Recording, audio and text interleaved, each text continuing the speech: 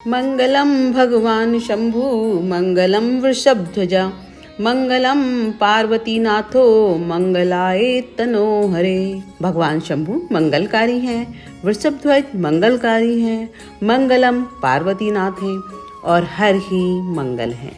आप सभी श्रोताओं का माँ की धरोहर चैनल पर स्वागत है। आप सभी को पवित्र श्रावण मास की बहुत बहुत बधाइयाँ। गंगा को एक पवित्र नदी, देव नदी कहा जाता है।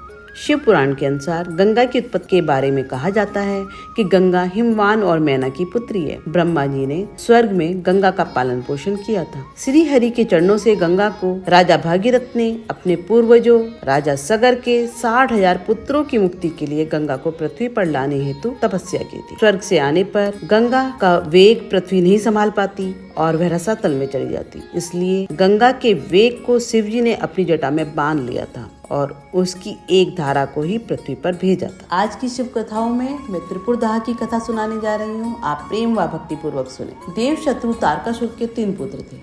उनके नाम थे विद्युन्माली, तारकाक्ष और कमलाक्ष। शिवपुत्र कुमार कार्तिकेय ने जब तारकासुर को मार डाला तब तारकासुर के पुत्र अत्यंत दुखी हुए। उन सबों ने संपूर्ण भोगों को त्याग दिया तथा मेरु पर्वत पर जाकर ब्रह्मा जी की प्रसन्नता के लिए वे कठोर तप करने लगे। हजारों वर्षों की उग्र तपस्या के पश्चात लोक पिता में ब्रह्मा प्रकट हो गए। उन्होंने उन तारक पुत्रों से कहा, देवत्यों, तुम्हारी तपस्या से मैं प्रसन्न हूँ। बताओ, इस घोर तपस्या के द्वारा तुम लोग कौन सा मनोरथ सिद्ध करना चाहते हो। ब्रह्मा जी की बात सुनकर उन तीनों ने अंजलि बांधकर श्रद्धा पूर्वक उनके चरणों में प्रणाम किया और बोले, देवेश, यदि आप हम पर प्रसन्न हैं तो हमें वर देना चाहते हैं तो ये वर दीजिए कि कभी भी मृत्यु हमारे पास ना फटके, हम अजर अमर हो जाएं। ब्रह्मा जी ने कहा, असुरो, अमृत किसी को नहीं मिल सकता, अतः तुम लोग अपना यह विचार छोड़कर इसके अतिरिक्त अन्य कोई वर जो तुम्हें रुचता हो मांग लो।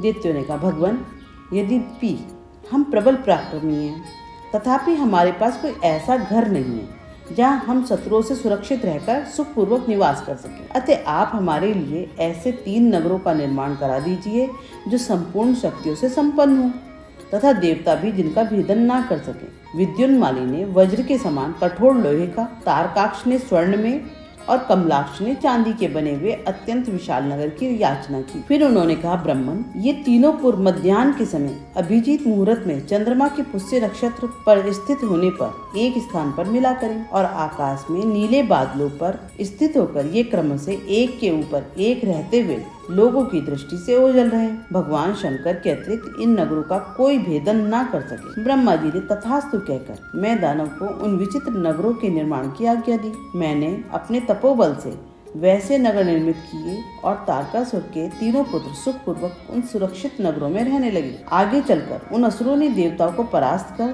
तीनों लोगों को अपने अधीन कर लिया। समस्त सिद्ध स्थानों को नष्ट भ्रष्ट करते हुए वे धर्म का नाश और अधर्म का विस्तार करने लगे। इन त्रिदेवों के अत्याचार से दुखी होकर संपूर्ण देवता और ऋषिगण ब्रह्मा तथा विष्णु के साथ महेश्वर शिव की शरण में गए। वहाँ उन लोगों ने महादेव से तारक पुत्रों के अत्याचार से मुक्ति दिलाने की प्रार्थना की। करुणा सागर शिव ने देवों को आश्वस्त करते हुए विश्वकर्मा से एक सर्वदेव में दिव्य रथ निर्मित कराया। ब्रह्मा जी ने उसमें वेद रूपी अश्वों को जोतकर उसे शिव जी को समर्पित किया। शिव जी का दिव्य धनुष और बाण उसमें रखा गया।